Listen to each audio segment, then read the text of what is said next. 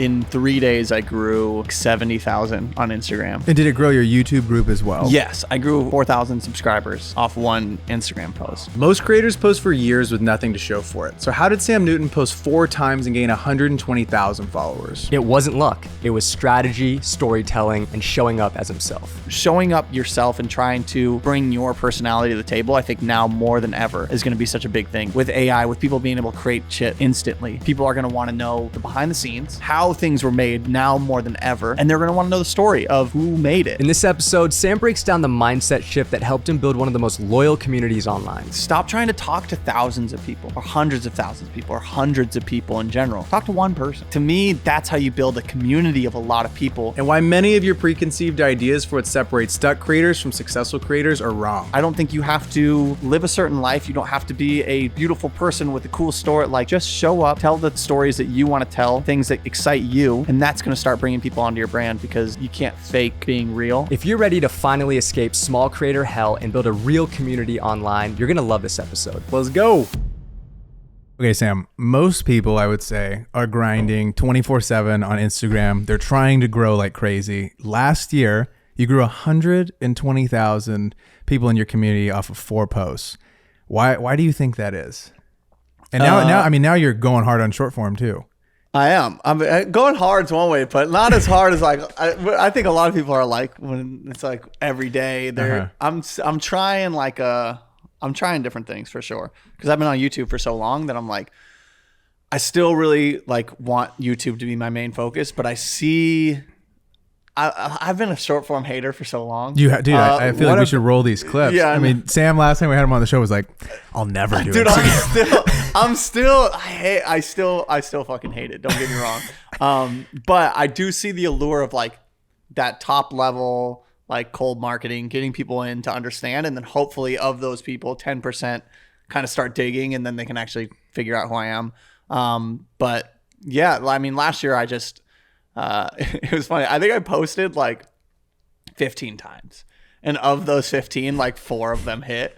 And it just went crazy in terms of how many followers I got. And from that, a couple things I learned. Like one, just like, that's like crack. That day came, and I was like, dude, this is not that I've done it. I would assume It's pretty similar.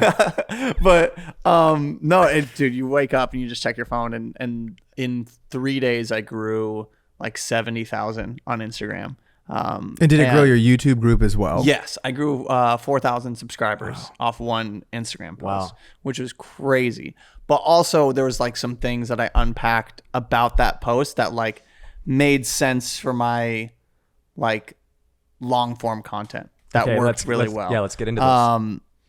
A few things, like I made the initial, it's like they're making a little, a girl makes this like little dick joke about how if you don't speak, or if I don't know what she says, maybe we can cut it in, but she's just like, hey, if you come to me and you're this size, this size, keep your voice down, and then I come in and I just start whispering like, hi, my name is Sam. And then, so you have that hook, obviously, just like the classic Instagram hook, which I kind of understand. Like, I hated it, dude. I hate the hooks and the bait, but I'm starting to understand that, you know, there's a place for it where if you can hook them, get them to stop scrolling, and then allow yourself to create content with depth after that, then there's some room to play around. And so I had that hook, which I think a lot of people got some laughs at. And then it went into some of my actual travel films. It was like, I make travel films, check out some of my stuff. And then it like transitioned in a cool way into my travel films. So it had the hook, then it had this like unexpected like diversion. So I feel like short form, as long as you can keep it as unexpected as possible, people will stick around because they're like, whoa, didn't expect that. Or you like, they think they know what to expect and it goes a different way. But then from there, right, you add that transition into my content or my films that I've made.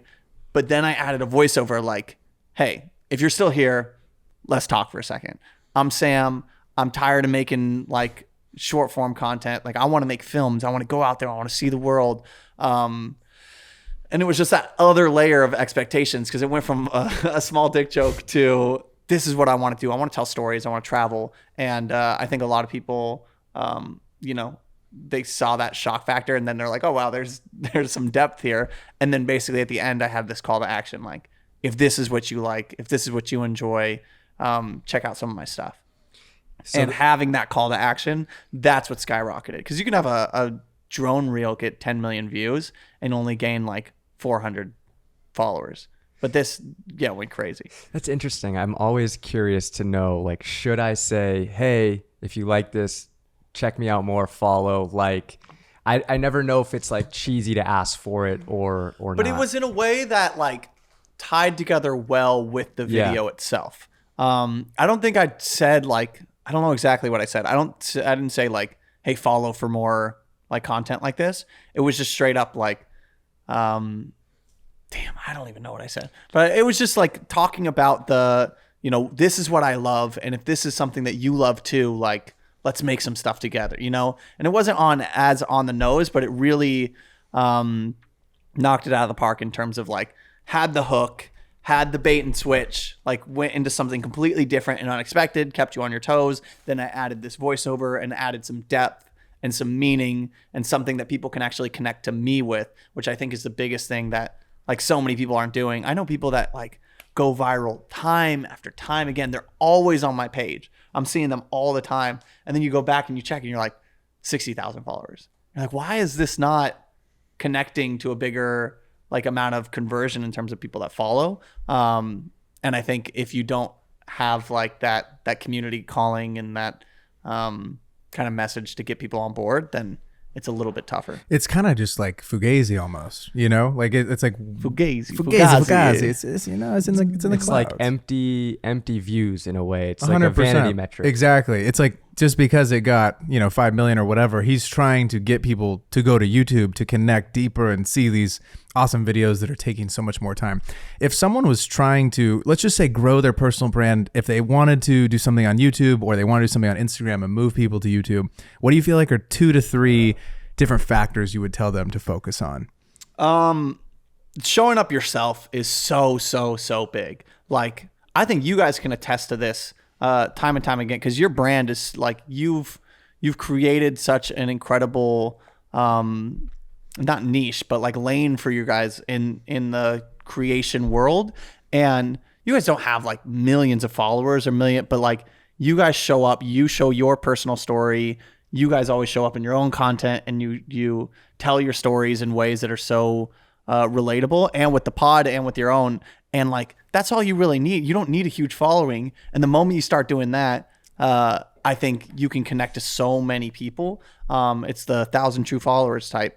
Where if you can really connect with people. And so I'd say the first thing, show up like yourself. And like a lot of people are like, that's probably one of the hardest things, harder, right? Just start. Like, Instagram stories are so easy.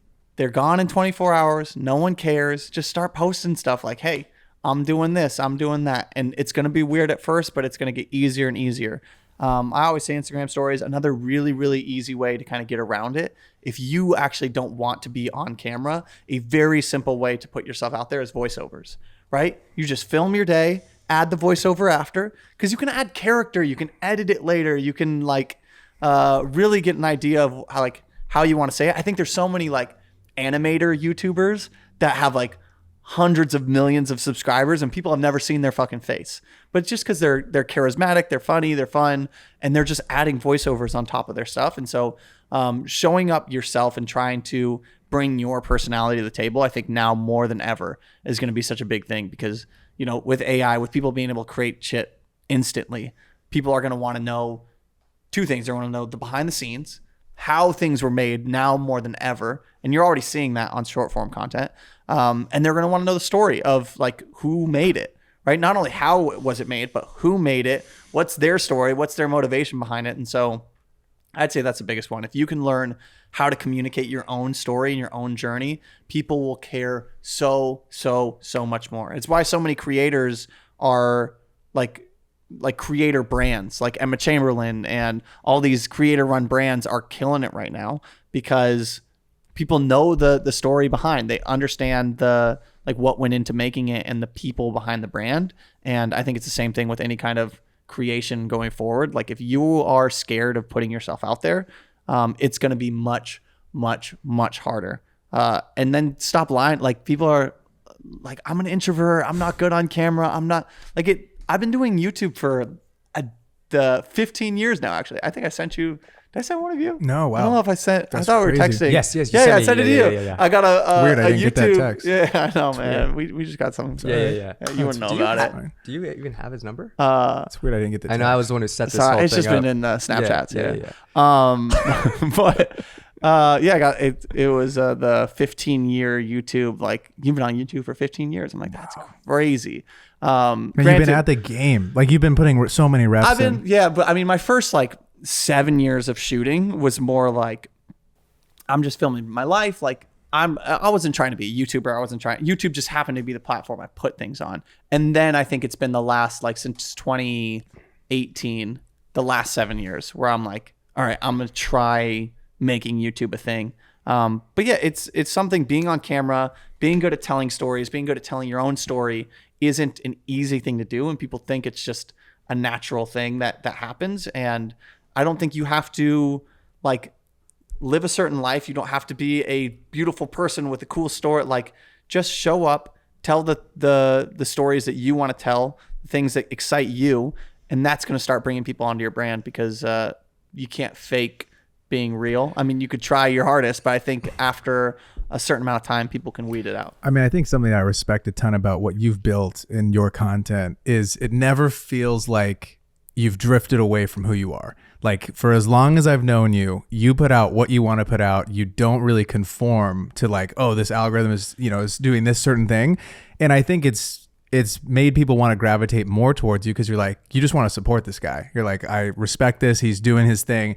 And in a world where, like you stated, it's just like my feed is filled with AI gorillas and pandas right now. It's fucking insane what is happening and how many millions of videos are being uploaded a day that aren't a real person. So I think you're so right, where it's like if you can lean into your stuff, your shit, things that you've been through, things that you want to talk about, it's like people are going to find that and they're going to find it interesting and be able to like gravitate towards that. And I mean, that's the type of stuff that I want to watch. Do you find yourself trying to search for that content right now, like other stuff like that? In terms of like what I consume. Yeah. Yeah, I mean, it's not necessarily. I'm not against a panda video. I mean, when I can get a good AI stormtrooper vlog, man, I'm in there. No, but I think it's less what I search for, but more than what I gravitate towards. Like when you see, especially with all this just slop and bullshit that you wake up, you scroll, not unless you're doing the rock. It's 90 minutes, baby. Yeah, there you go. But you'll start scrolling. You obviously, out of 20 videos, 19 of them will be just like, here's a trend. Here's a black bar with white text, like boys trip to Canada, going crazy. And just like these same, there's nothing necessarily wrong with trends. There's nothing necessarily wrong with experimenting and doing different things. But I feel like you kind of get used to what you see. You open up the app and you're like, okay, here's more of the same, right? And then when you find that one video in every 20 videos where you're like, whoa, this feels human. This feels real. This feels like it's coming from somebody that seems like they really care about what they're making. That to me is where that longevity is going to come. And it allows a creator like me to have seasons, right? Where I'm like, there might be a 3, 4, 5 month stretch where my channel's not doing as well. Or where I'm not making as much content or films or whatever it might be, but people know me. They've been riding with my brand for so long. It's like your friend Sam, this is just what he does. And it allows you, like you said, just to kind of have this connection with the creator that them. It's almost like a friend that you've been supporting for so long that, I can pivot. I can try different things as long as it comes from me. It comes from their friend Sam, then people will hop on board and still rock with it. So we hope you're enjoying this episode with Sam, but real quick, we want to tell you about an awesome free product we have for you guys. Okay, it's a 10-minute personal brand Kickstart because we want to help you make better content online. It's the top link in the description and it's free 99. Go check it out. Okay, let's keep it rolling. How do you think about long form versus short form when it comes to building depth with your audience and also having strategy when it comes to social media? Because you're someone who, like you said, it's not like you're going every single week on YouTube, or you're not posting every single day on short form. So like, how are you thinking about your strategy when it comes to short form versus long form, and how does it play into building depth with your audience? Yeah, I think one on Colin Smear podcast, Jacob Collier, he said it's not about the amount of people you've reached, it's of the people you've reached, how many did you move?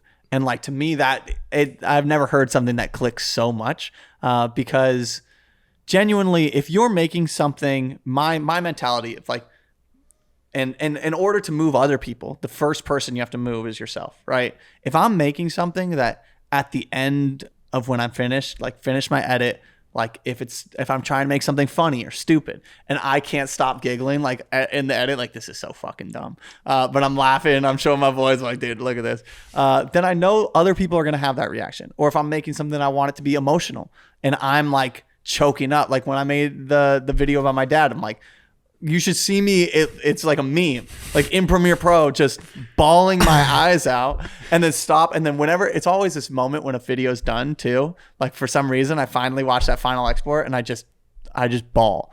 And I know if I have that reaction, that like actual, if it can move, if what I make moves me, it's going to be able to move other people. And that's so important. And so I think that's my number one thing, right? I have to create stuff that is genuinely going to move me, because then if that happens, right, if I feel that connection, I know it's going to, at least connect with a certain amount of people, whether or not it blows up, whether or not hundreds of thousands of people see it. There's going to be a higher percentage of the people that do watch it that are really going to fuck with it. And that's the most important thing for me. I could just see you. I'm just thinking like, you're like editing and you're just like bawling, and you're just like, you finish your edit, you're like, he's done it again. He can't keep getting away with this. He's too good. It's so funny. You mentioned something that I kind of want to backtrack a little into, where you're saying that you go kind of through seasons where you're like posting a lot, or maybe you're taking a little bit of a break and you're like, maybe views are down. In a world where like that is your job, how do you kind of overcome those feelings when we are like, we're posting to YouTube, right? And at the end of the day, it matters what you love the piece. Like that's number one, right? If what I'm getting from like all of us doing this, it's like we posted something, we loved it, that's awesome, it checks a box, but also it is a business and it's how we live. So I'm just curious, like what you have to tell people about kind of these seasons that you ride in, and kind of how the ebbs and flows of being a creator impact you. Yeah, I'm trying to figure out how to say this without sounding like douchey, for lack of a better term, but like I put in so much work to the point where I feel like I've allowed myself to have those seasons. Like if you're just starting, you're like, I'm gonna be a YouTuber, and you're 6 months in and you're like, I just think I need like 4 months of relaxing, and I'm burnt out, like I'm just not gonna post for the next 6 months. It might not work out for you, you haven't given yourself the ability to have like a season of relaxing and just like stopping making things for a while, because you haven't built up that base.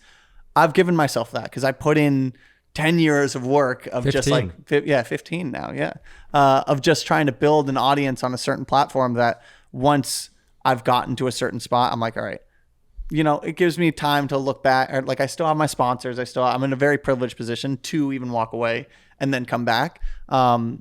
And so I think it's just really, really important to have that base and give yourself like, all right, I'm going to have a plan for at least a year, start building up, focus on what you want to focus on. And then, once you feel that momentum is real, then you can kind of adapt it. But for me, it really gives me a lot of, I don't know how to say it, but like, I know that when I don't post for a month and a half and I come back, like people will be there, But I think that's attributed to the type of content that you make. It's not you trying to go viral. You're making pieces that are meaningful to you, and it resonates with people. And so, it allows you to build that depth with your audience, take a step back. I also think with the type of videos that you like to make specifically, you need to give yourself time to experience more life and find stories that you want to tell. Yeah. Because that's the kind of films that you want to make. And so it's almost necessary for you to take that step back, go experience life, go to Bali again, and find a new story to tell, you know? Namaste. Well, with travel films too, I can't just wake up in LA one day and be like, damn, I need to make a viral travel edit real quick. Like, let's just fly to Alaska, spend 2 weeks in Alaska. Like, it doesn't work like that. But I mean, you could do that, but I'm saying I couldn't just wake up and just crush out and edit the way that other people are like, how can I go viral now? You have to really plan out your stories and plan out where you're going to go next, what story you do want to tell. And it makes it a little bit more intentional and less forced. Because I feel like people, when you come from this place of like, and I'm sure a lot of people can relate, you wake up in the morning, you go on your phone, you see all these people posting, and then the first thing you ask yourself is like, shit, I got to put something out there. What am I going to put out there? You're already behind, right? You're behind the 8 ball because now you're just like creating for the sake of creating. And like sometimes that's good, but if you're just doing that, not because you're making something you want to, but because you see a trend that you're like, I got to hop on this real quick. And you're like, I don't know why I'm doing it, but like, or I'm just going to get a quick drone shot. And for some people it works. Some people are like, I just need to get out of my head and post. And some people are in that part of the internet, and I respect that. I'm more of the like, if it means just like posting a one drone clip for me, it's not going to do much. It might go viral, but it wouldn't really bring the depth that I'm looking for. I'd rather spend a little bit more time, and that's where I'm at with my short form right now, and my strategy, where I'm like, you know, I'm going to try to make stuff. It's weird because on YouTube, I definitely don't make stuff where I'm trying to go viral. But like now on short form, I'm like, fuck, okay, how do I, I'm leaning into it a little bit, but like I'm still trying to keep that, what I talked about earlier, true, where I'm like, if I can make something that, it just reaches my audience already, and they like it, if it gets 30, like my average view count on Instagram Reels will be like 50 to 100K. And like, if it can get like 50K on the lower end, I know it, but mostly just reached my following, but I made something with depth, and I'm teaching them something honest or giving in my honest experience about something, then it's a win for me, because then of the people that watched it, I hope that those people are still moved and they connect to me more, as opposed to, like I said, a one-off clip or a trend that I made that might have blown up, and I get that dopamine of like, look at all these people liking and commenting, and these people are having arguments in my comment section. This is crazy. But then there's never that conversion of community and longevity. And if you want to if you want to really weather the storm and make this your thing for a long, long time, you're going to have to be a real honest person, and people will start seeing that. And it doesn't matter. Again, that'll give you that space to have those seasons and to be able to step back into it. On the topic of community, I think it's rare for people to be able to bring people together in person. Like it just doesn't really happen a whole lot. And I think as AI comes more into the forefront of our lives, I feel like we're going to crave just being together. I actually have a crazy story for both of you. Yesterday, I was just DMing with somebody, and they sent me a Chat GPT thing. I had the dash, and they left a quote on. And I go, you just asked me a regular question from Chat GPT, brother. I go, I'm a totally normal guy. You just got to fucking ask me a question. And it's getting so crazy. Someone asked Chat GPT how to ask me a question. And I was like, brother, I go, sound more human.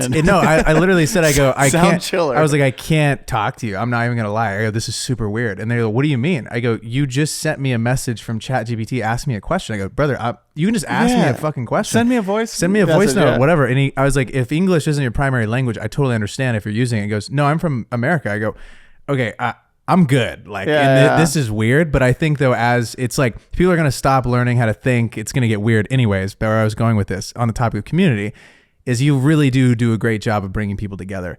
Why and how can people start getting the squad together, getting the rocks together? Like if you just have maybe you're tiny, you're just starting out, but you're craving getting people together. How would you recommend people go about that? Because some of my most fun times in this space has been going to your events. It's so fun to see people in person, then you meet a couple people and maybe watch your stuff or and just see all these people you see online. Yeah. And they're just super kind and normal. And I think it's really refreshing.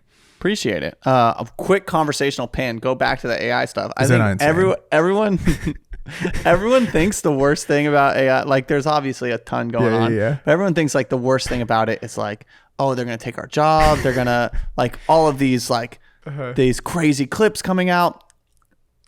The worst thing I've experienced about AI so far that's affected my life is the amount, and I'm sure you guys can attest to this, the amount of fucking AI emails I'm getting now on a daily basis is blowing my mind, of just people that so obviously ChatGPT script like, Sam, I love your videos and how they connect with community and how you love wearing turtlenecks and making travel films. I'm like, God fucking Bro, damn. every day I get catfished and it's like, my name is in all caps. Hey, Braden Figueroa, we've adjusted the rate for this. It's now it's now $197. With the decimal Yes. and like Yes. 9738. How do they find us, dude? Yeah. Every day I wake up, sometimes I get 6 of them in a row. And I'm just like, dude, I'm not even opening you guys anymore. Because it's like spam emails have always been a thing, but now it's AI spam That's email. crazy. It's a spam email not even written or created by a human, and they're just like auto-generated. Dude, there's that, and then there's actual just people thinking they're sounding better by writing me a ChatGPT email. Or I'm like, dude, just be like, Sam, I fuck with your work. I really love what you're doing. Like now it's like the advantage of sounding more human. But dude, seriously, anyways, it's crazy. Back to building community. Back to building community. Wholesome. So I start by creating a ChatGPT prompt on asking chat how to no. I think you hit the nail on the head, man. It's the internet's a weird place, and now more than ever, people are really, really craving connection and being able to meet people that they have a relationship with online. It's that one-way relationship where they know me, but I don't know them. And I think people are also, for me, I always say at my events, like, if we get the opportunity to talk, for people that don't know, every year in LA, I have a film festival, a pseudo film festival for creators where we have like 9 or 10 films and like 400 people come out. We have a live DJ, an in-and-out truck. It's a whole lot of fun.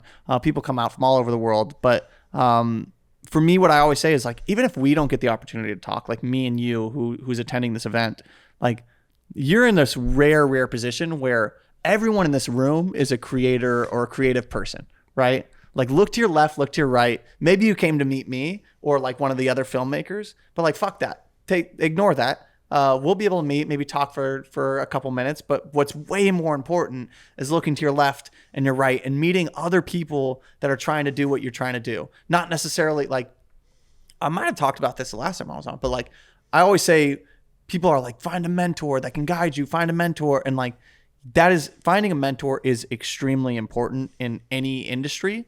But what I would argue might be more important is just finding other people that are at the same level as you, that are trying to do the same thing at the same time. Because then you're not like trying to get your mentor's attention, like he or she are busy and they're always doing something. It's like, no, you got your buddy.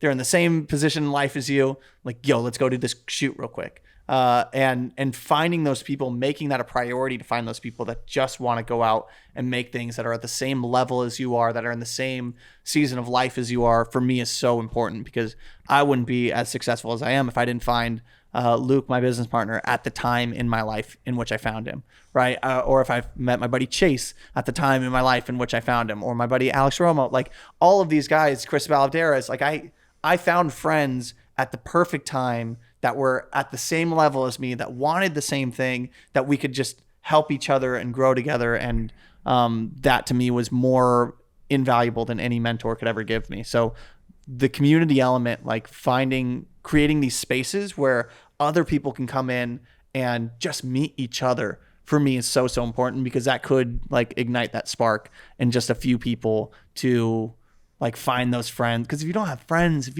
it's not fun, then it's tough to it's also solo. Creating is like a very solo sport. Yeah. Like you're just by yourself a lot of the time. So when you do find a friend, we found each other on TikTok. Come on, baby. See, that was it. One DM. It's amazing what one DM and 160 pods later. Crazy. But I feel like you're so right. You gotta DM some random dudes or girls on the internet and be like, hey, do you shoot? Like, would you be down to go do this? Or show up in comment sections. Just be involved. Like every community on the internet has like a little niche, like community of people, right? Mm-hmm. Like I'm in the travel film space, right? And then we cross over and like the creator film economy. But even then, you guys have like a separate niche that wouldn't quite tap into my, like you guys have like not that I wouldn't say like hustle culture, but like me and Gary Vee don't have any fucking crossover. You have tons. We asked him about you. Oh yeah. He's heard about He said, dude, he was trying to come out to the next film festival. he was saying that he's like, See, you've been now really you're just hitting, bullshitting me. really hitting the gym. God damn it. Yeah. I was like, the slow-mo of my face. Really? I was so earnest there for a second. I'm like, did he really? I'm like, God damn it. Fuck. Dude, wait. Two things about your film fest that I just want to touch on. One, there was a creator that I found his YouTube video randomly, and I stumbled upon it and I watched it, and it was the cutest fucking video because this guy made a vlog about coming to your festival and being like, this is like a dream come true. And I remember just seeing it being like, man, how fucking cool is it that Sam's having an impact on this kid where this is like a dream come true for him to come to this event. I thought that was so dope. And then also this past time, Brandon and I brought our girlfriends, and a few people came up and were like, oh, we love the fucking podcast. Gary Vee. Gary Vee was one of them. And our girls were like, man, like y'all are kind of popping. And I'm like, no. You got to understand, like, if anyone's gonna recognize us, it's gonna be in this room. Yeah. The 5 people that watch the show are here Dude, that's tonight. like me walking around NAB, baby. I'm like, You're like, yes. I'm kind of somebody. But it's just in that confine. No, but shit like that's why I do it, funny. man. That's really what makes me, like, gives me life, because at the end of the day, I don't think, like, he's not making that video because like he met Sam Newton, or that he, like, I'm obviously I was an element of that, but like what's more important is he comes to this event, and not only does he get to meet me, it's like, oh, and then I ran into the boys from the 505 pod. I ran into this person and that person, and then that I look up to all these people on the internet, and on top of that, I talked to this guy who's just doing like filming car washes right now, and we talked about how we wanted to break out of our niche, and like that, all of these things, like people don't get the opportunity if you're from, like, I'm born and raised in LA. Like, I've been surrounded by creative people my whole life, and you know, LA's got its bullshit just like anywhere else, but the privilege of being from LA is like, you get this, you get creativity, and you get people that want to get shit done constantly. And I sympathize. One of I'd them say works. sympathize because I've never experienced it. Or both. Yeah, sure. Let's go with all of them. I understand if you're from like Bakersfield and you've never experienced that community, how hard that is. And then you show up to something like that and you're like, damn, like this is what I need. I need more people in my life. And so that's why I just say, just actively try to make whatever attempt it is, even if it's like once or twice a year, to just look at what events are happening. Maybe it's the Sam Newton event in February in LA next year. If you want to fly out, come on by. But just mark your calendars. If there's something in your town or your city that you can go to, get yourself out of your comfort zone. Just meet a couple people. I fucking hate networking. I hate like just standing around being like, what do you do? But like there is a certain element of like, okay, I'm going to just get out there. I'm going to see who I can meet. And like maybe that one conversation can lead to something amazing. So I wanted to ask you like what you think creators get wrong about building community online. And the reason I wanted to ask is because I heard once that if you're looking for friends and wanting to network, it's like you have to be the friend. I remember after I moved home from college, I was like, I don't really know many people out here. And I was I was waiting for someone to message me out of the blue to be like, yo, do you want to go shoot, or you do the same thing? And I wish I could go back and tell myself, you got to put yourself out there, be the friend, reach out and make it a priority to put yourself out there, because not that no one's coming to save you, but like if no one's hitting you up, you have to take the initiative to like put yourself don't out be there. mad no one's helping you out on your short film if you haven't helped out anybody else on their short film, you know? I'd say the biggest thing people are doing wrong in terms of community building, in terms of just like connecting with people on the internet, I always say when I'm talking to the camera, when I'm trying to connect, you know, once that the record button is going and I'm looking down the lens, like stop trying to talk to thousands of people or hundreds of thousands of people or hundreds of people in general. Talk to one person. Like, to me, that's how you build a community of a lot of people, is you pick one person. imagine you're just FaceTiming your boy or your girl or somebody that you really connect with, and you're just like, hey, like, this is what I'm going through. Or yourself 10 years ago, right? Just pick one person that you're talking to. And I think that's why you guys are so successful, because it's like, I can tune in to the podcast and learn some stuff and get some valuable insight. But at the same time, I know it's just two guys fucking around, being themselves. And you talk to your audience as if they're just like your boy. It's like, yo, this is what we're doing. Whether you're in, you're out, whatever, up to you. It's almost like inviting a friend out. Like, yo, we're going to go swing by this bar to watch the game. If you want to come on by. If not, don't worry about it. We're going to be there anyways. If not, fuck you. Yeah. If not, you're a bitch. But I mean, that's probably how we'd actually go about it. But if not, you're washed. Touch some grass. This dude never fucking comes out. We invite him every time. Those are the people that are on Instagram, man. Get over to YouTube. Yeah. Help us out. No, but it's just like you try to create this environment where you can be your honest self and talk to one person. And I think that's where the community comes, because it's like, Totally. When people are watching YouTube, very rarely are they watching it as a group. You know, I'd love to see the stats behind it, but like, I bet I can't imagine it's more than 5% of people are watching it. Like, unless it's, you know, girls night watching their music videos, you know, or like you show up music videos or what other kind of YouTube videos do. Dude, girls do this. This is a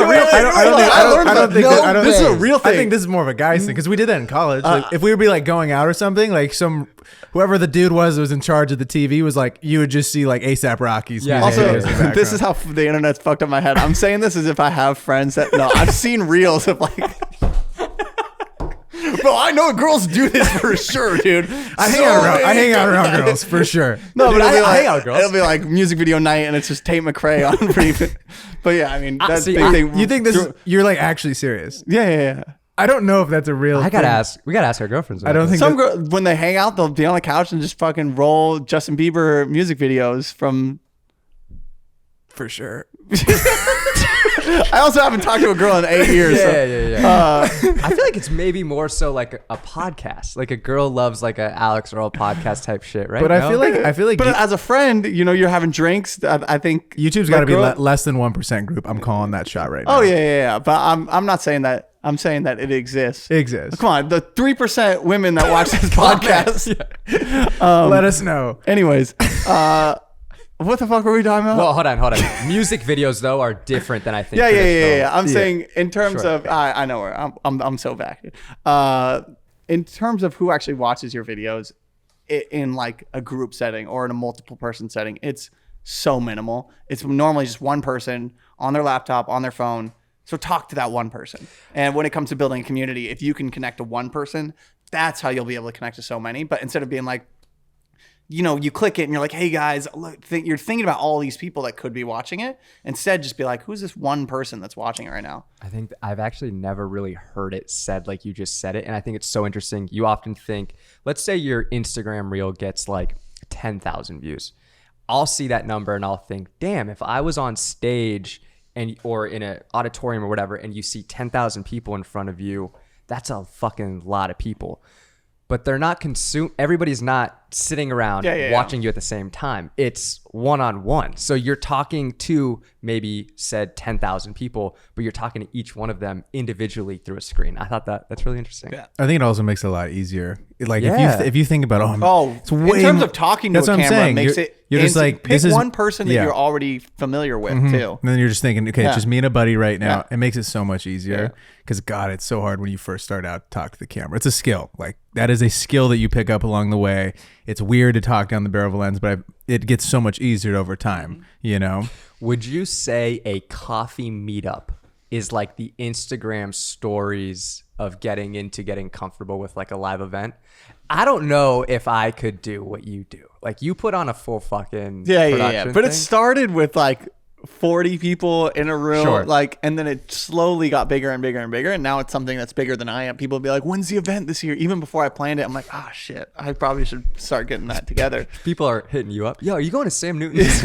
Well, people are booking flights, right? And like, when I'm booking a flight, like I'm 2 weeks out before. I'd rather spend an extra $300, $400. I'm like, book it the week before I go. But now I'm like, most people are like, I got to time off, or they just want to get the better deals on flights, and they're like, hit me up in September, like, when's the event?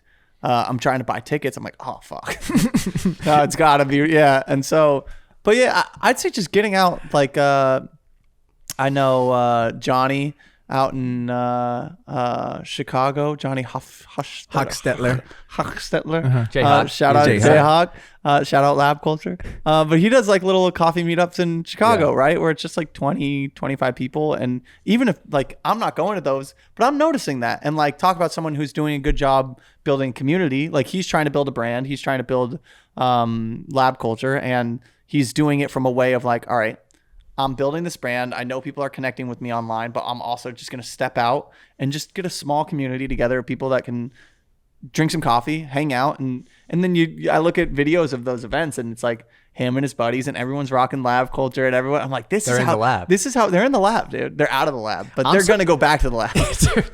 I'm surprised it's not having them at like 11 p.m. You know, it's like late late night, neon lights, yeah, dude. All dark blue. It's like, did you guys ever go to those gaming cafes back in like 2004, 2005, yes, bro, to play video games? Bro, yeah, we'd go and play like Halo for a buddy's birthday, Fucking and there'd be like, nerds. no, No, dude, I it didn't was play sick. that There'd be like shit. 8 of us in a line. PCs, yeah, lined up, It was and sick. it's just like It's a good time. Yeah, I played. You bring your own controller. That's how you knew you were tough. And the kids who were rich would have their Turtle Beaches, and I'd be like, damn, bro, I need like, how are you hearing me right now? Mine was all PC, so it was all but it was that was- Battlefront. it's a nerdier group for sure. Nerdier, and also just old. Like I'm talking 2004. Like I'm playing Battlefront 19 something. It was Battlefield. Battlefield Damn, sounds more right. Yeah. What's more nerdy, that or I used to go to the Boys and Girls Club and compete in Yu-Gi-Oh tournaments. That takes the cake. That takes the cake, brother. I liked Yu-Gi-Oh though. Yu-Gi-Oh was What was that White Eyes Black Dragon thing? Blue Eyes White Dragon. Okay, that was my guy. Holy I had it. shit. I had Clearly the whole wasn't your thing. guy. It was like 16 little pieces, right? No, that was Exodia. Exodia. I had that guy too. Yeah, got that guy at 7-Eleven. I got my card still. You in the had closet. Exodia? Yeah. That's crazy. But they were for sure fake because the 7-Eleven near me just would like print them. It just came It as just a came a pack single of all card, five. just single card. Yeah, no, I'm serious. I remember going. I was like, Dad, you gotta buy this for me. And he goes, dude, they're super expensive. And I was like, Dad, this is like, you have no idea. This is gonna change my life. I remember being on eBay, like trying to buy Yu-Gi-Oh cards, and the timer would be going down. You're like, how much should I bid? Like you're in a bid war with some other dude. the bidding was crazy on the paying like cards. $70 for a card, and you're like, what are we doing here? That's wild. I mean, I was a Pokemon card guy, and my mom hit me up, like sent me a picture of a bunch of stuff when I think I was like, I just left college, so like 19. Tell her to throw and it she was out. like, she was like, here's all your stuff. The yard sale's coming up. Like, do you need any of it? I'm like, nah, I'm good. It was a fucking binder full of Pokemon cards. Like, I know I had some sick ass holographics in there. You look at what they go for now. I'm like, fuck. My mom handed a full binder of Pokemon cards for like $10, the highest bidder. When now, if I had them all, you could flip it for a few millions. grand During COVID, I mean, depending on what you have. COVID, yeah. I took a huge thing. I didn't have any cool cards though. It was like basketball, football, baseball. I had so many cards, and every time we'd go to the batting cage, my dad would give me $1, and I got to pick like one. Sick. That's like the batting cage had tons of them, and I'd always hustle with this guy. As long as you got a hit, right? Yeah, That's all you need to he was like, dude, you didn't hit enough. batting today. average under 200, you're bro. not, you're not getting a card today. You're not getting a card. You want to hear something crazy? I collected baseball cards, and there was one year specifically that I was really into it, and it was the year Mike Trout was a rookie. And I was like getting those packs, and I was looking up like most expensive baseball cards, and his rookie card was worth like hundreds of thousands of dollars. And I was like, I collected that year. I opened up my binder. I'm like, I think I have that card. I didn't. It was like one of the few that I didn't actually have. I'm not even kidding. There was maybe It wasn't Mike like, Trout. It was Tim Salmon. Different Angels fish. Different Yeah. Hey, knee shafts reference right there. Yeah. But yeah, could have had. I don't know. Stupid story, but could have had it. Could have had it all. Could have had it all, dude. I also have a binder of Pokemon cards. It's somewhere in like my dad's garage. Yeah. My sister and I, we possibly have a first edition. There's some Charizard. people listening to this pod right now that are going to hit up their mom and They're dad and be like, yo, do I still have my Pokemon cards? that is so funny, dude. Speaking of like niching deep into fucking Pokemon cards, okay? You niched pretty hard into travel. Do you think that people have to niche down? What a transition. Do you think they have to? You've been Thank able you. to. Good. I appreciate that. Transitions Do you think lately. people have to niche down though to be successful in it, or can you post like multiple things? And wait, one more thing on this topic. We were at Colin and Samir's event this last weekend, and I was asking them specifically about YouTube, and they were explaining to us that like during their phase of rocket ship growth, that it was the same thing every single time, right? And we originally had experimented, I don't know, maybe like 6 months ago. We're like, we're gonna try posting different types of content in the pod, but we're still babies, and we're trying to grow. And like from everyone we've talked to in this space, everyone's like, you kind of got to go with this. If you find a formula that works, let's say it's this podcast, like you got to beat this thing until you have a very successful group, and then you can kind of start to, hey, here's a vlog. And I noticed like Chris Williamson, you know, he's getting 500,000 views on these pods. He'll also post a vlog that gets like 30,000 or whatever. Yeah. And he's not so tied to these numbers now that he's massive. So I'm just kind of curious of like what you found. You've been in it for so long. Yeah, I feel like, well, one, I think you can be your own niche. Like your personality, who you are. If you show up enough in your own content, then people are gonna like give you the grace to do different things, right? Because they're like, oh, I like this person. I just want to see what this person's doing. Or like if you're good at showing the behind the scenes, right? You can show yourself making a music video or a travel film, and then people start connecting. So I do think the YouTube algorithm especially loves predictability, and they love when they can just feed. I mean, I'm sure every algorithm does, but it's like if they start becoming different, then it's like it just throws it off. That's what Gary said and too. so, yeah. Gary said, he was like, bro, YouTube was like, hey, you got to do this. And he's like, okay. They love it predictable, and they love it. And so that's what makes it kind of hard when I make a travel film and then a music video and then like a video about my life, because then it's like it doesn't really know who to feed it to. But as long as I'm showing up, you know, not only on YouTube but on Instagram and on my stories and connecting in a way that people feel like they know me, then I feel like, you know, you can kind of be your own niche in that way. But yeah, it does help to have a niche and have like a repeatable format. Some people go about it depends on how, like, there's so many fucking layers to this. Like, are you trying to make this your job? Are you trying to go viral? Are you trying to just get as many views as possible to like that becomes a machine and you become a creator and you're a part of it, and that's all right?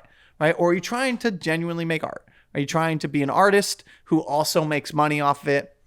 And you have to ask yourself these questions, because there's no one right answer and there's no one right way to do it. You're someone who at any time on YouTube, I mean, you can pop on there and have like an awesome hit. Okay. So I want to give you an example. Okay. We're low on views. Like you're low on views. Okay. Sam Newton's low on views. All right. You got 4 options. Okay. Do we rip a burnout video? Okay. Are we going home office tour? Home office tour. Are you moving to Bali for a month? Or Are you doing just like a sit down, talk to the camera? potentially. I feel like that would probably fall into the burnout category. Okay. Or are you booking like a sick trip? Yeah, booking a trip It somewhere. would have to be a travel film.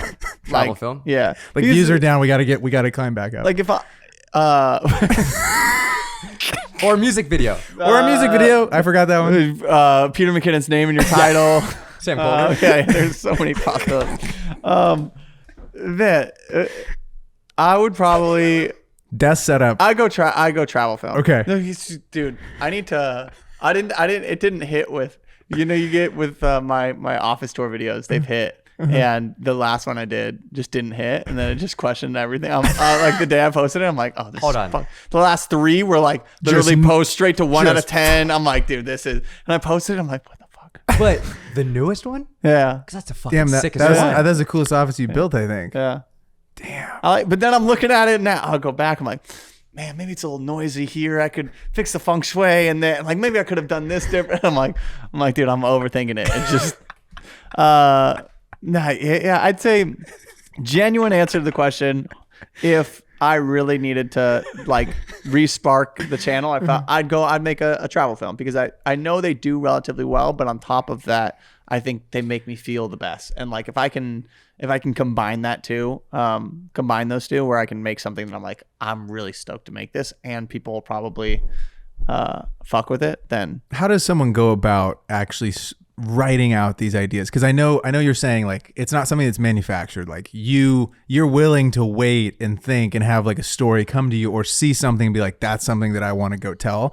But then how does it actually come to life? I think a lot of people want to know, like, how, if I have this idea or I see this place and I meet a person or I know there's a story to tell here, then what happens in your process? Like, is there something you could tell people to kind of get them to make something great from your process? Because the world of let's go somewhere with blue ass water, is done. Film it in 4K 120, Been done, and put some EDM music, it's done. Yeah. So you need an actual story to tell. Mm-hmm. And so there's a couple ways of going about it. You can try to figure out your story beforehand, which I rarely do.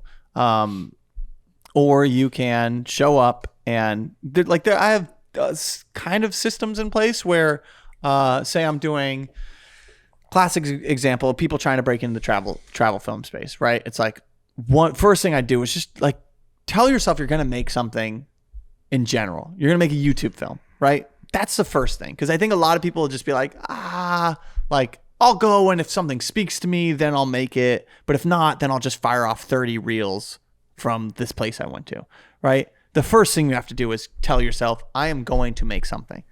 And that's the biggest hurdle for 80% of the people. Because just like anything, if you tell yourself you might do something, there's a 90% chance you're not going to do it, right? There's a very small chance. But if you're like, I'm doing it, Yoda said you don't try. What did he say? Something, there is no try, only do. Sounds good. Something like that. Yeah, I'm bought in. Yoda, OG. I feel like we could put that on a shirt. I agree with what you're saying, though, if not to cut you off, but if you say, I might do this or I'm going to try to do this, you already are giving yourself an out if some inconvenience comes. Mm-hmm. You're like, or if you can't find that story, right? What if Sure. I don't find that? What if it didn't speak to me? Like, no.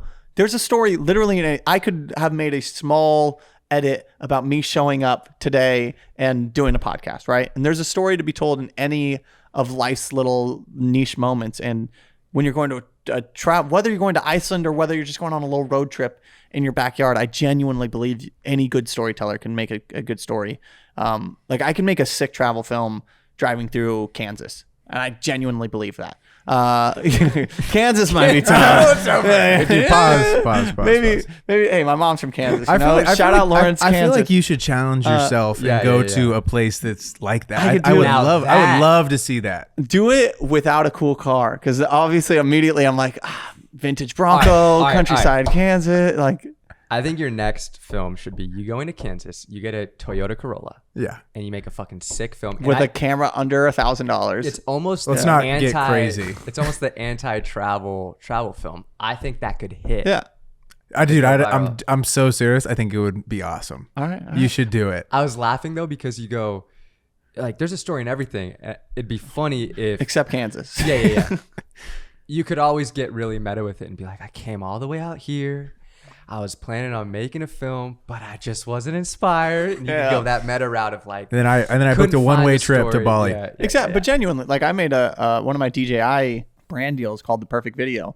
It hit. It's got like 100 and something thousand views. And the whole thing was about like my original concept was me showing up and just getting like, I'm like, fuck it. You want to know what always does well with drone videos is just banger shots, right? I'm just going to go to the salt flats of Utah, get a sick ass car, drive it around and get some crazy drone shots. And then I came back and I put the footage in and I'm like, this is just shots of a Defender on a salt bed, like a salt flat bed for 3 minutes.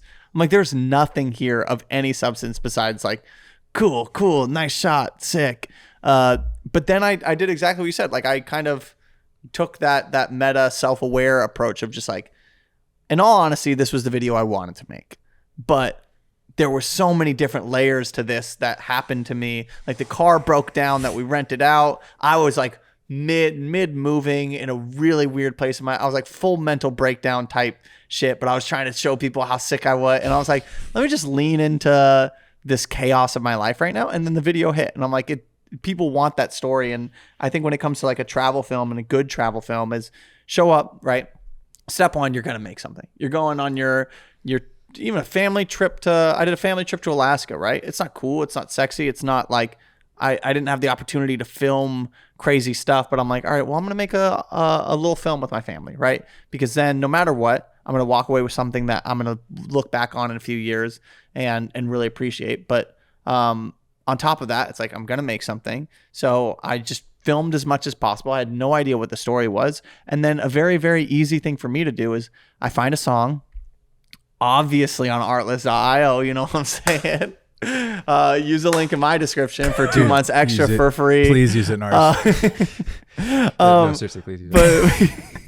But genuinely, like, this is a little unnecessary artless plug. But you know, I make the little art boards where I have like all of the cinematic. Like, I've been through Artlist. I've been so deep in Artlist. Like, I know every single song that's on that catalog. But I have different moods, right? Happy, inspirational, sad, like any mood I could possibly think of for a film I'm going to tell. Like, I have a playlist with like 90 song options. And so what I do is I identify the emotion, right? I go on a trip and I identify like, what emotion am I trying to like evoke here? And then once I've identified the emotion, then I try to find a song that fits that emotion. And then once I find that song, then I start writing into the song as if it's like a part of it. Like I'm making a song essentially. And then I like write down my thoughts and then I fit it into the song as if it's like a poem.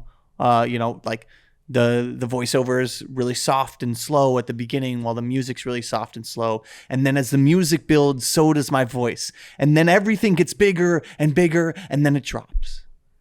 And now we're here. And then that's how I like write. And I write with the music and I write down like what I'm feeling. I find a song that fits what I'm feeling and then I start fitting it together. And then to me, it's just, it falls into place, right? If it's like a family vacation, I'm like, I haven't been on a trip with my family in so long. And to experiences places like this that are so beautiful with my family, who I only get to see so many times, like that means so much to me. Like, how privileged am I to be able to have this opportunity? And like, I'm speaking to something that feels so real to me. And then I fit it into a song. And then from there, it's like, look at my footage.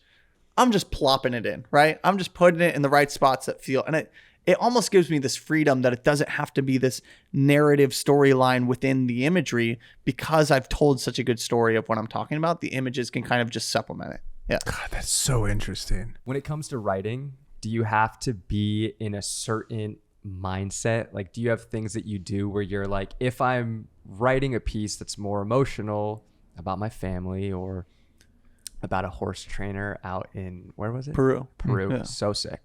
Like, those really emotional stories. Like, do you have to be in a certain mindset to write? Yes and no. I genuinely don't believe like people wake up more creative than other people, right? I'm just such a firm believer. I don't think creativity is something you inherently have. I think people might be more creative because when they were brought up, maybe like for some reason, our parents, when they were speaking to us, were like, you can sing a little bit more, dance a little bit more. And other people are like, hey, do your fucking homework, do it. And then that might have created this brain, but I don't think it's an inherently human thing that I'm more creative than you are. I think it's just something that you practice and something that you tell yourself. And creativity on a day-to-day basis, I think, is the exact same way. It's like, you have to create that space for yourself. Go on walk. Like, an easy thing is just a walk. Like, the science behind it is crazy, where you're like, why do I feel like shit? I've just been on my phone all day. I haven't slept. I haven't drank any water. And the simple, like set your phone or put your phone on Spotify, put your headphones in, go for get 2,000 steps in. And then you come back and you're like, what the fuck? Touch some grass. I'm good. Dude, it's a saying, but it's so real. You ever read some Artlist on your walks? On my, absolutely. Once I find my song, 100%. I'll loop that song. Really? I'll go on walks, loop it. And I'm like trying to figure out what I'm saying. Again, because it's like, for me, I make music, but also make films. And I think they go so together in a way that most people don't think about. But I'm like, I'm thinking about it rhythmically. Like, where can I build up this story? Where can I... And travel films are unique in that it's not a narrative, right? There's no rise in action and fall, and mine are more just like creating an energy and a feeling, because I'm telling most of my stories in like 3 to 5 minutes. And so I'll listen to the same song over and over. But yeah, I'll leave the house, go on a walk, go to the beach. I live in LA, it's all, and just like sit down and just have my note. I bust out my notes app. I try to get on my notebook as much as possible and write. But I just always end up, my notes app is a shitstorm of ideas of just like sitting down and be like, all right, here I go. And then once it clicks, dude, it's for me, it just starts pouring out, and you have to create that space. You're not going to wake up and be like, fuck yeah, banger edits coming today. Like, that never happens to me. I have to be like, I'm going to go on a walk and I'll start listening to some music. And then one song clicks and all of a sudden the momentum starts building on itself. You have a large note section of a bunch of ideas. Oh yeah. How do you decide which idea is the next one you want to pursue? And like, do you ever have ideas that you're thinking to yourself, this is a great idea, but maybe it's not the idea that I should make? Yeah, all the time. I mean, like I said, I'm also just ADHD as fuck. So like my notes app, especially when it comes to like reels too now I'm trying to get in the reels game. I'm trying to get in the short form. I want to get into TikTok. I locked myself out of my fucking TikTok. So that's a whole nother thing. Perfect. But I'm getting into reels, and like my reels ideas, I'm finding myself, it used to be like writing down YouTube film ideas. But I have plenty, and I know a general idea, right? I'm going to make like 5 or 6 a year. But reels, I think there has been kind of a respark in creativity in my mind, because I'm like, damn, I can make a little 1-minute film. And I'm noticing now a lot of times I'm writing for a reel, like a 1-minute reel, right? This is kind of a good, I guess, practice thing. If you want to make a 3-4 minute video, try to write a 1-minute script, right? Make something for reels or TikTok. Make something powerful. Still make something with depth and that connects with people. But when you're really fucking with it, you'll notice you're like, 1 minute's not enough. I need 90 seconds. And I'm like, honestly, like this 90 seconds, it could go into 2 minutes. And now all of a sudden I'm like, why is this a reel? This should be a YouTube video. And I found like 2 of my next like 3 YouTube videos have started like that with like, I'm just gonna write a script for a reel real quick. Just an easy 30-second script. And then that just kind of snowballs into like, fuck, this is kind of a banger. Yeah. And then just kind of going from there and going, yeah. So like I wrote my next one, talking about the burnout idea. It's not quite burnout, but like the title of it, a little clickbaity, but it's called I'm Not Okay. But it's like a poem that I wrote. That's like it's crazy to think about a poem that you write because you want to make a reel, but I'm like, I didn't just make something. And I'm like, I found a song, started writing a poem, and that turned into like from a 60-second to 90 or 60-second to 90-second to like almost 2 minutes. I'm like, fucking, I just should make a YouTube video about this. And then the YouTuber and me, fucking, I'm like, think about it. Title, I'm Not Okay. It's like my face, and they're like, what's going on with Sam? And then it's like, but then you click on it, and it's this real, like, the whole idea is like that. You obviously think of when someone says they're not okay, like they're in a bad place in life, but like the definition of okay is like down the middle, right? And we never equate it to that. We never equate okay to being okay. You equate, oh, he's okay, he's not doing well, right? And my whole thing is like, I don't want to. There's a quote by Jimmy V, the old college basketball coach who had cancer, and when he was dying, he was like, if you can live every day and you can, if you can, fuck, what did he say? but if you could laugh, I can pull it up. If you could laugh every day, if you could cry every day, and you can think every day, those 3 things, then you've truly, truly lived. And my whole, like, the concept of my film is just like, I'm not okay, and I don't want to be, because being okay is just going through the motions of life. Like if I'm sad, I want to be sad. If I'm happy, I want to be happy. Like, no, I'm not okay, because I'm so many emotions. And like, that's the idea. But that started with this, like, I'm going to just sit down and make a 30-second reel. Yeah. And turned into this like whole process where I'm writing. I'm like, this is a fucking banger. Yeah. And then I thought of that Jimmy V quote, and I'm like, I'm gonna like tie it in. And then that's for me the creative process, how it all. So like maybe for some people it's just like, hey, let's start, like, YouTube might be intimidating, but let's start by making our reels a little bit more engaging. Yeah. Like if you want to break into YouTube, maybe just start being a little bit better of a storyteller on short form with 30-second or 60-second stories. And then you'll catch yourself being like, that's not enough. Yeah. And then go into. I did find the quote from Jimmy V. If you laugh, you think, and you cry, that's a full day. That's a heck of a day.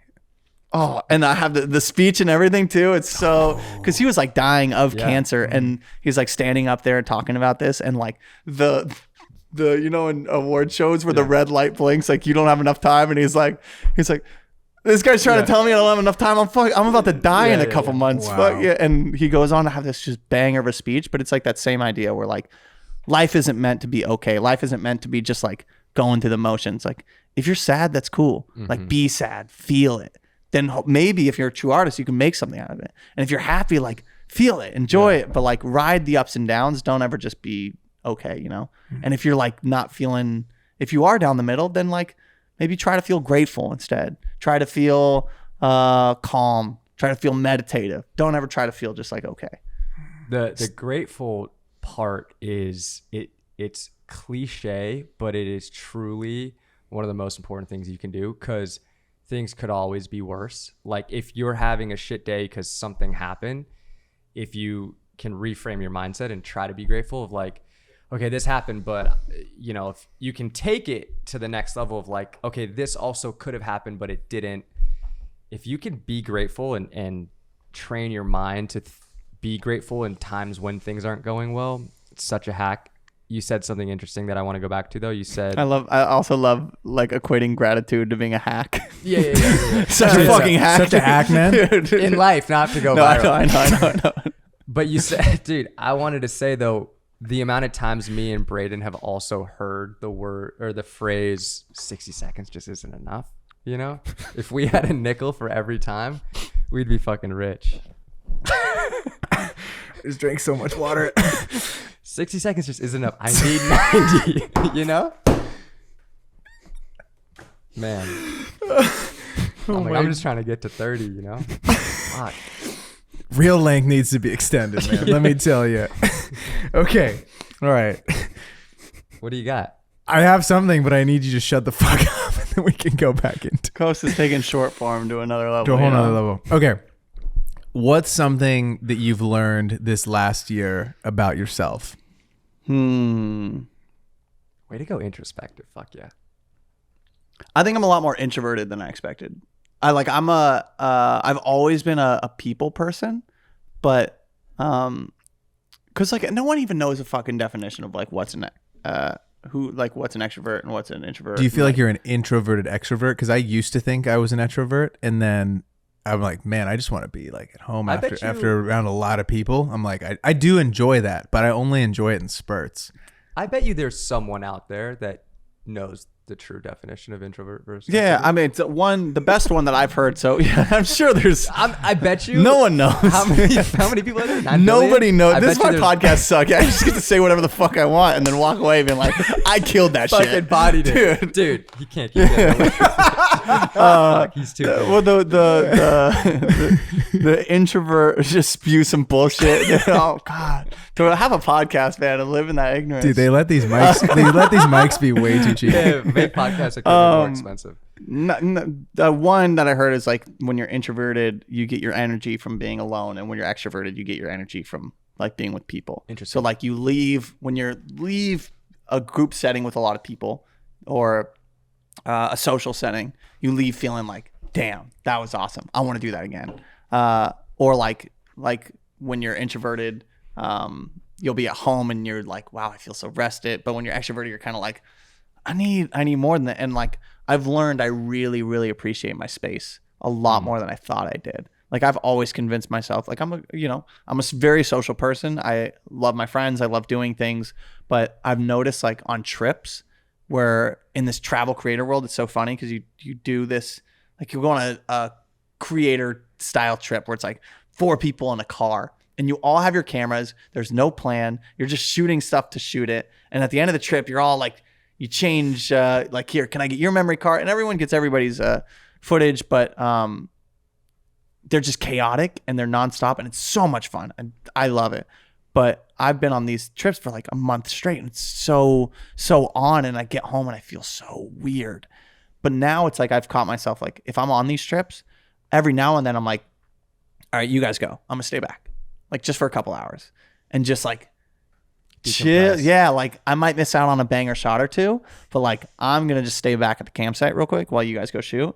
And having that alone time for me, I'm like, whoa, it's so healthy that I never really thought. And so like that's something I think I'm learning a lot currently. The space in which you are in, I feel like has a big effect on how creative you can be and how productive you can be. Are there things that you've done, going back to like the home office stuff, are there things that you've made sure to put in place in your place in which you create or live that allows you to be more creative and think of these ideas? I don't know if it's necessarily like things in my apartment as opposed to like processes in my life. Like a big one would just be like, hey, go on a walk and listen to music, right? That's not quite a thing that I put in my space. I like to have my space be creative. That's so it's like maybe it's my space as a whole would be the answer to that, because I'm like, I want to live in a spot where I'm like, damn, this is cool. And I move, like I said, in the last 9 years, I've moved 11 times. And so What? Yeah. That's insane. Yeah. Dude, Fuck no. Reverse. 11 years I've moved 9 times, but still. Okay. You just don't you just get bored of your area or what? Sometimes, like a lot of times it's been like roommate situations, like one roommate has to leave and I'm like, well, but a big part of it is a lot of those situations I could have stayed in, but I love moving. I genuinely, I know. You're 1 in a million, brother. Obviously the process of moving fucking sucks. I love walking into a blank canvas, which you guys are experiencing, walking into a blank canvas and being like, damn, what is this going to be? Dude, it's right. overwhelming And for me. and I think it's good from like ADHD brain motherfuckers, because when you have the same thing over and over and over and over, you almost feel restless. But like walking into a new environment, you're like, whoa, this is so cool. And then checking out new coffee shops in your area and just doing like your daily walk and that being different. And for me, having a space that I'm like, I love designing my space and like, how can I make this as functional as possible for not only me, but like I have an editor, I have an assistant that comes in, and like my office, my home is my office. And so I have to have it set up in a way that it can feel like my home, but also be an office. And this is my first setup ever where it actually truly feels like that. Like my first time I've ever lived on my own, and I have 2 stories, flex on them. And the second story is just the office space. And that's where like my editor and my team, we can come in and it feels like an office. Yeah. And then you go downstairs and I'm like, this is my home. And so it's kind of set up really nicely and in a way that can hopefully allow me to be as productive as possible. You've had a lot of like versions of yourself. You've gone through a lot on YouTube. You've brought in the community in person. So in 10 years time, if you were to look back, what do you want to have accomplished in the next 10 years? I know it's kind of hard to think that far out, but you've done a lot. Like you've traveled to a ton of places. You've told some incredible stories. You've had your film festival for a few years now. Like what is kind of next for you? And if you were to look back in 10 years time of like, I accomplished that, I was able to do that, what are you hoping to do?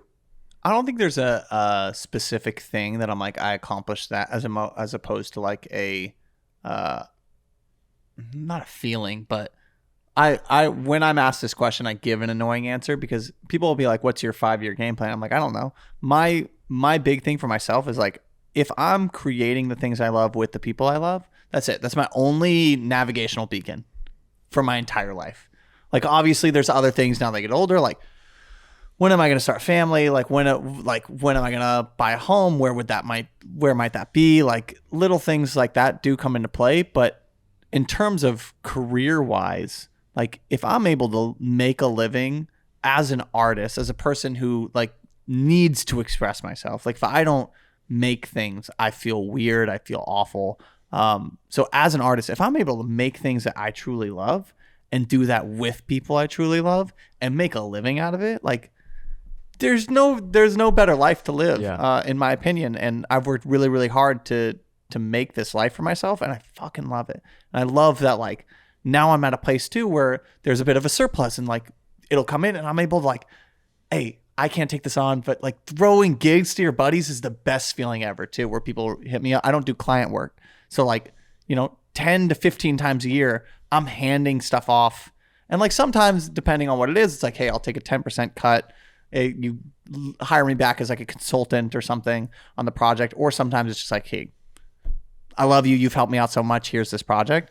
And for me, it's just, if I can keep a life where I'm, making money by making things that I love with the people I love, like that's my only navigational beacon. And I think if I keep checking in on myself, like, is this what I want to be doing? Is this what I want to be making? Am I in a good place making it?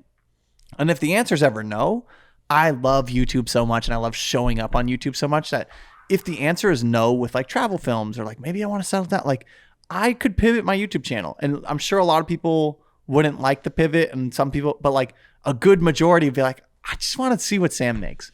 Sam makes interesting things and he's a good storyteller. And I think he's an honest person when it comes to his emotions and how he tells his stories.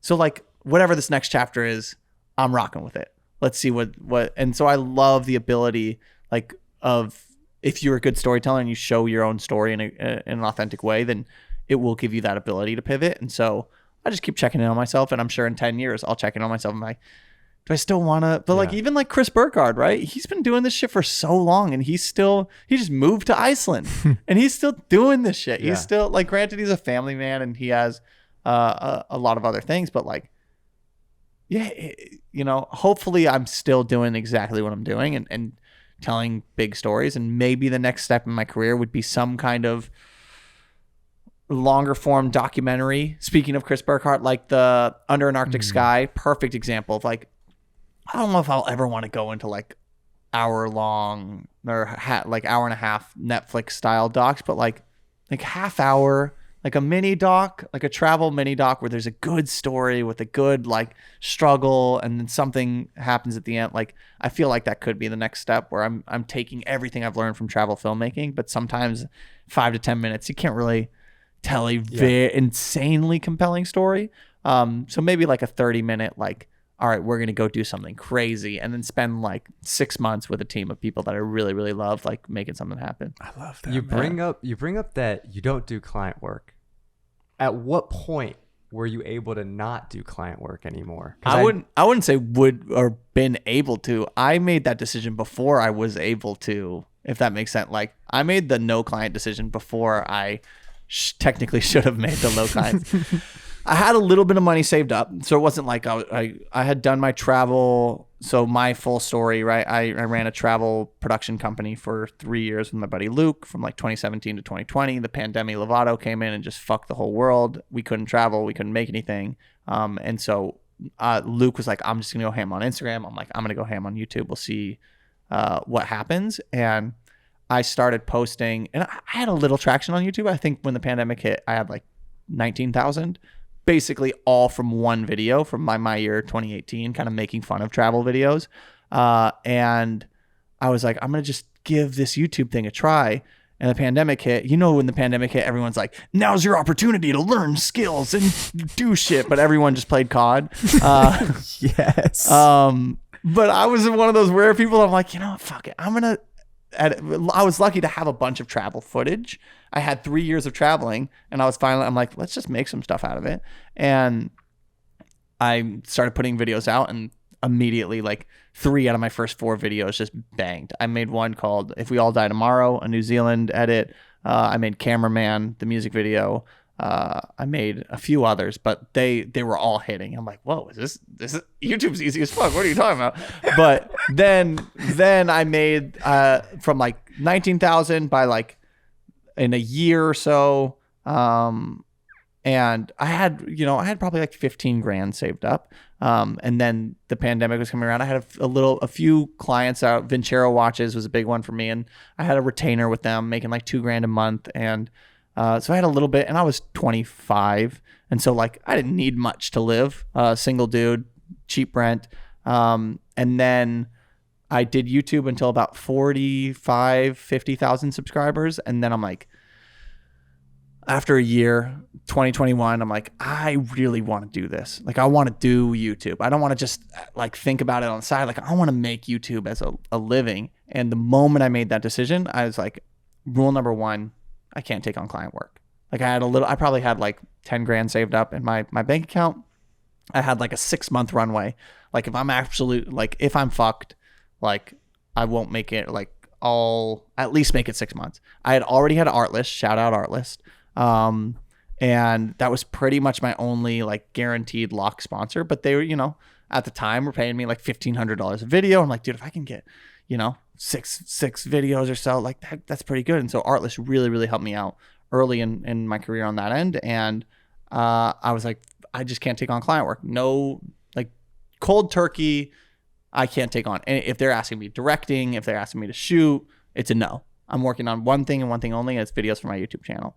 And if there is something where it's like a client that ties back into my YouTube channel, then I'll take it. So like a directing piece that I can make a behind the scenes about, right? Then it would work out. But it was the best decision of my life. I made the Peter McKinnon video. went from 50,000 to 90,000 subscribers within like my decision to be full time. And then I was like, all right, if I'm going full time, let's make the Peter video. Let's see if this gets a little momentum. The strategy worked perfectly. And then from there, everything according to plan. yes. And it did work out in a sense, and it's not going to for everybody, but it was a big decision from like, all right, well, I gave myself space to think creatively and think intentionally because YouTube was now my only thing. And so, I would say it was just like one decision I made before I felt like I was ready. I'm like, I just got to make this my thing. And when there was no plan B, it's like plan A is the only option. It's like, you got to make it happen. Brother, you put your foot on the gas. You never looked back. Exactly. I love it, man. This has been so fun. Yeah. I just think it goes back to what we were saying is like, if you want to do it, you can't have 1 foot in, 1 foot out. Like you have to fully commit. And I think a lot of people want to be doing what you're doing and they're making excuses for themselves as to why they can't do it, or they have 1 foot in, 1 foot out, and fuck the client. Yeah, or give yourself a game plan until at what point in your life is that decision going to be made? So like maybe it's not now, maybe you're not ready now, but you're like, in 1 year, I will cold turkey cut clients, right?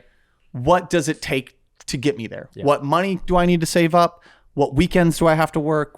And so you have to be intent. You can't just be like, I'm jumping, fuck the parachute. But like, if you can intentionally be strategic and intentionally take on risks in a way that like still is a risk, but it makes more sense. So take them while you're in your 20s for sure. Yeah. Do it, baby. Do it early. I love it, man. This has been such an awesome episode with Sam Newton. If you're still here, please hit the subscribe button, drop us a comment, leave us a like, and we'll see you all next week. Absolutely. I always like to say too, if you finish a podcast with me, just DM me on Instagram. I like to see who shows up and says hi. So bang. Thank you for having me. Always a good time, boys. Let's go. 505.